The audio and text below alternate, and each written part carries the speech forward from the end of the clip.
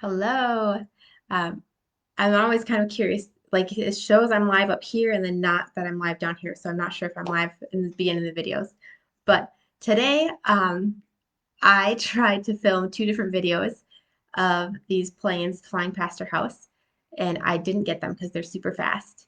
So they were, the first one was flying in really low, turned, and then like looked like it was going straight towards our garage. And I was like, oh my goodness, there goes our garage. And then he like went out of, like, he went behind the tree line. I'm assuming not below it, but I just couldn't see him anymore. And then the second one, um, when he went down really low, turned towards the house, and like this, it was during when I was doing my workout, so I was like looking out the window, and he turned to the house, and I like just kind of froze because I thought he was like coming right towards Elwin and I, and then he just like banked straight up and out of view. So it was cool, but I was not fast enough to catch the planes in action. So maybe some other time. But since I was three-fourths of the way through my workout and really sweaty, I did delete those videos.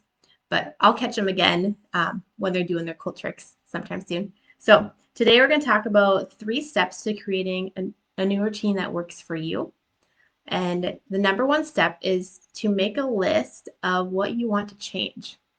So oftentimes people know that their routine isn't working and they want to change something, but they don't have like a clear idea of what they want to change. So what I often do is I go and make a list of all the things that are working, all the things that aren't working, and I circle the top 3 things that are the most stressful.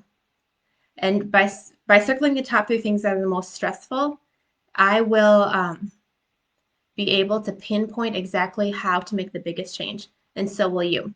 So the step number 2 is to pick one of those to focus on for a month. Now, a month kind of seems like a long time, but it actually takes a little longer than a month to get a good routine or a habit established.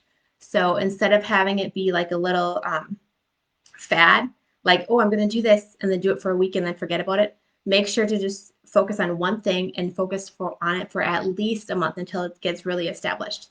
So it takes a little while to establish at the beginning, but once you have that habit and routine established, you will have momentum to keep on going.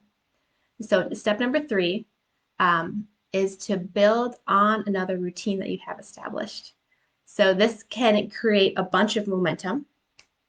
So something that I have changed in my kiddos' lives and my life is like I used to cook and then we'd eat together, and then after the meal is done, they'd go play, and then I'd be cleaning up all of the stuff. So I really didn't want to, I don't know, just continue that routine because it wasn't serving me, and it wasn't serving the kids either because they needed to have a little bit more responsibility there. So I created the routine to clean off, like they go clean off their plates and put their plates in the sink. Now, once we moved to Wisconsin, I'm now building on that routine. So instead of the kids taking their plates and silverware and moving their stuff to the sink, they're now putting them in the dishwasher if it's emptied out. So just building on that routine. So they already have the momentum of clearing their plates and moving them to the sink, and they're just doing one more step. So it actually makes it a lot easier to just continue that process. So when you can do this stuff when you're stationary too, but also when you're moving, it really is really helpful because a lot of the routines when you move get stripped away. So things like the dishes and stuff like that will always be there. However, like the routines that you do outside of the house, like running to gymnastics practice, going out to meet some friends, or going to like all these different community activities, so all those routines are stripped away when you move. And it can be an opportunity to reset and refocus and focus on what you want your life to look like, focusing on how you want to spend your energy, focusing on what you can give up, because a lot of the times we do things that really don't serve us or other people, and it's just the way that it's always been done. So we can just give up those routines. And then another routine that I like to make sure I'm adding in is how can I bless someone today, or get a routine established where I can bless other people, whether it's just a letter or a phone call or an encouraging text to a friend.